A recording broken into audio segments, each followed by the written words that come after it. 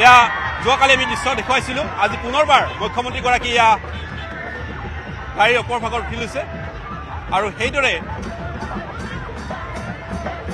তেখেতক সম্ভাষণ জনাইছে বিভিন্নজনে। মুখ্যমন্ত্ৰীগৰাকীৰ হাতত তুলি দিছে গামোচা আৰু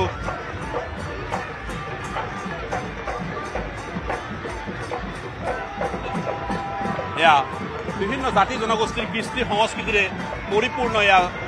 জাগিৰোডৰ ৰাজপথ আৰু সেই জাগিৰোডৰ ৰাজপথৰ মাজেৰে ধীৰ গতিৰে আগবাঢ়িছে মুখ্যমন্ত্ৰীৰ বাহন। সমান্তৰালভাৱে মুখ্যমন্ত্ৰীগৰাকীয়ে বাহনৰ ওপৰৰ পৰাই ৰাইজক সম্বোধন কৰিছে। এয়া কোনো এগৰাকী ব্যক্তিক এয়া মুখ্যমন্ত্ৰীগৰাকীয়ে ৰাইজলৈ এয়া মৰম আৰু শ্ৰদ্ধা এয়া জ্ঞাপন কৰিছে। কালিৰ দিনটোত আমি বহুখিনি দৃশ্য দেখিব পাইছিলোঁ। আজিও সমান্তৰালভাৱে যিহেতুকে এই মুহূৰ্তত প্ৰায় 10:45 লগে লগে কাৰ্যসূচী আৰম্ভ হৈছে। গতিকে এই কাৰ্যসূচীৰ হয়তো মুখ্যমন্ত্ৰীয়ে কৈছে যে যোৱাকালি কিদৰে তেখেতে প্ৰায় 12 ঘণ্টা সময় অতিবাহিত কৰিছিল, কিদৰে ৰাইজৰ মাজত আছিলে, সেইখিনি কথা হয়তো ৰাইজৰ সেয়া মৰম আৰু আশীৰ্বাদৰ বাবে সম্ভৱ হোৱা বুলি তেখেতে দাবী কৰিছে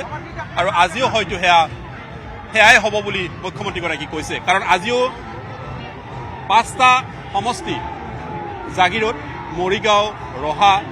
নগাঁও আৰু বৰহমপুৰ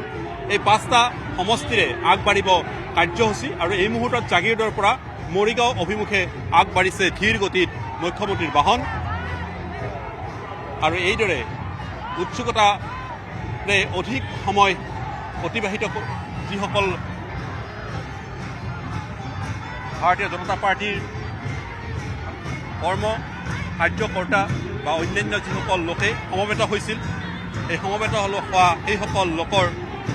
সৈতে একেলগে এই মুহূৰ্তত মুখ্যমন্ত্ৰীগৰাকীৰ আগবাঢ়িছে আৰু চৌকাষত দেখিব পোৱা গৈছে বিভিন্ন জাতি জনগোষ্ঠী কৃষ্টি সংস্কৃতিৰে পৰিপূৰ্ণ হৈ থকা দৃশ্য আৰু তাৰ মাজেৰে মুখ্যমন্ত্ৰীগৰাকী আগবাঢ়িছে। দুহাতত ৰাখি থোৱা মুখ্যমন্ত্ৰীৰ বাবে এয়া ৰঙা গোলাপ ফুল আৰু সেই ৰঙা গোলাপৰ বাহিৰে মুখ্যমন্ত্ৰীগৰাকীক আদৰিছে।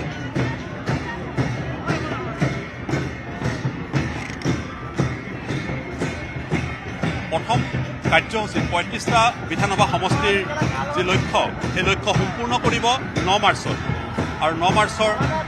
প্ৰাকক্ষণত 35টা সমষ্টিৰে ভাৰতীয় জনতা পাৰ্টীয়ে এক প্ৰকাৰ তৃতীয়বাৰৰ বাবে ৰাজ্যত চৰকাৰ দখল কৰাৰ কাৰণে তেখেতসকলৰ যি নিৰ্বাচনী প্ৰচাৰ, সেই নিৰ্বাচনী প্ৰচাৰ কৰিব। যদিও মুখ্যমন্ত্ৰীগৰাকীয়ে কৈছে যে এয়া কোনো ৰাজনৈতিক যাত্ৰা নহয়, এয়া সম্প্ৰীতিৰ যাত্ৰা, একতাৰ যাত্ৰা আৰু সেই একতা সম্প্ৰীতিৰ বাৰ্তা সমান্তৰালভাৱে ৰাইজৰ অভাৱ অভিযোগসমূহ গ্ৰহণ কৰাৰ সময় এয়া আৰু সেই অভাৱ অভিযোগসমূহ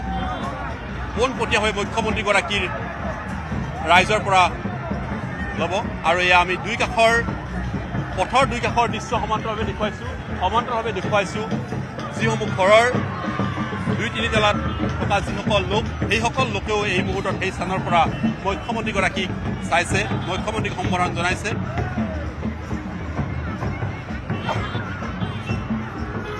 আমি যদি চাওঁ 2016 চন 3 বছৰীয়া কংগ্ৰেছৰ কাৰ্যকালক অৱসান ঘটাই ৰাজ্যত আৰম্ভ হৈছিল বিজেপিৰ নেতৃত্বাধীন চৰকাৰ আৰু তাৰ প্ৰথমটো কাৰ্যকালৰ পিছৰ 21ৰ বিধানসভা নিৰ্বাচনৰ ৰাজ্যৰ মুখ্যমন্ত্ৰীৰূপে শপত লৈছিল মুখ্যমন্ত্ৰী হিমন্ত বিশ্ব শৰ্মা আৰু মুখ্যমন্ত্ৰী হিমন্ত বিশ্ব শৰ্মাৰ 5 বছৰীয়া কাৰ্যকালৰ চলা বিভিন্ন ধৰণৰ কাৰ্যসূচীসমূহ দিন ৰাতি একাকাৰ কৰি তেখেতে কৰা যিসমূহ সভা সমিতি, এয়া আমি দেখুৱাইছোঁ।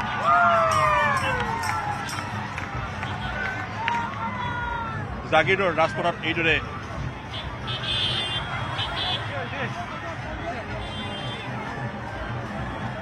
উৎসুকতাৰে ৰৈ থকা ৰাইজৰ এয়া সঁহাৰি, ব্যাপক সঁহাৰি এই মুহূৰ্তত মুখ্যমন্ত্ৰীগৰাকীৰ সন্মুখত, ৰাজ্যিক বিজেপিৰ সভাপতি দিলীপ শইকীয়াৰ সন্মুখত, মন্ত্ৰী পীযুষ হাজৰিকাৰ সন্মুখত।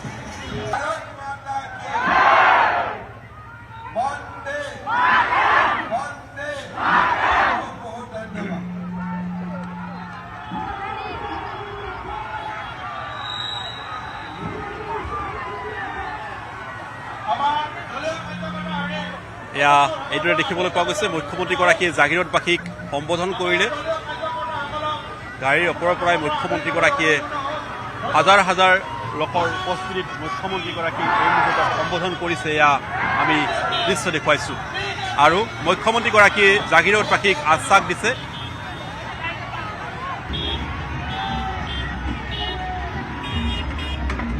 এফালে মুখ্যমন্ত্ৰীৰ বাহন ধীৰগতিত আগবাঢ়িছে আৰু আনফালে যদি চোৱা হয় উৎসুকতাময় এয়া যি জনতা এই জনতাই এই মুহূৰ্তত বাহনৰ লগতে একেলগে তেখেতসকলে আগবাঢ়ি গৈছে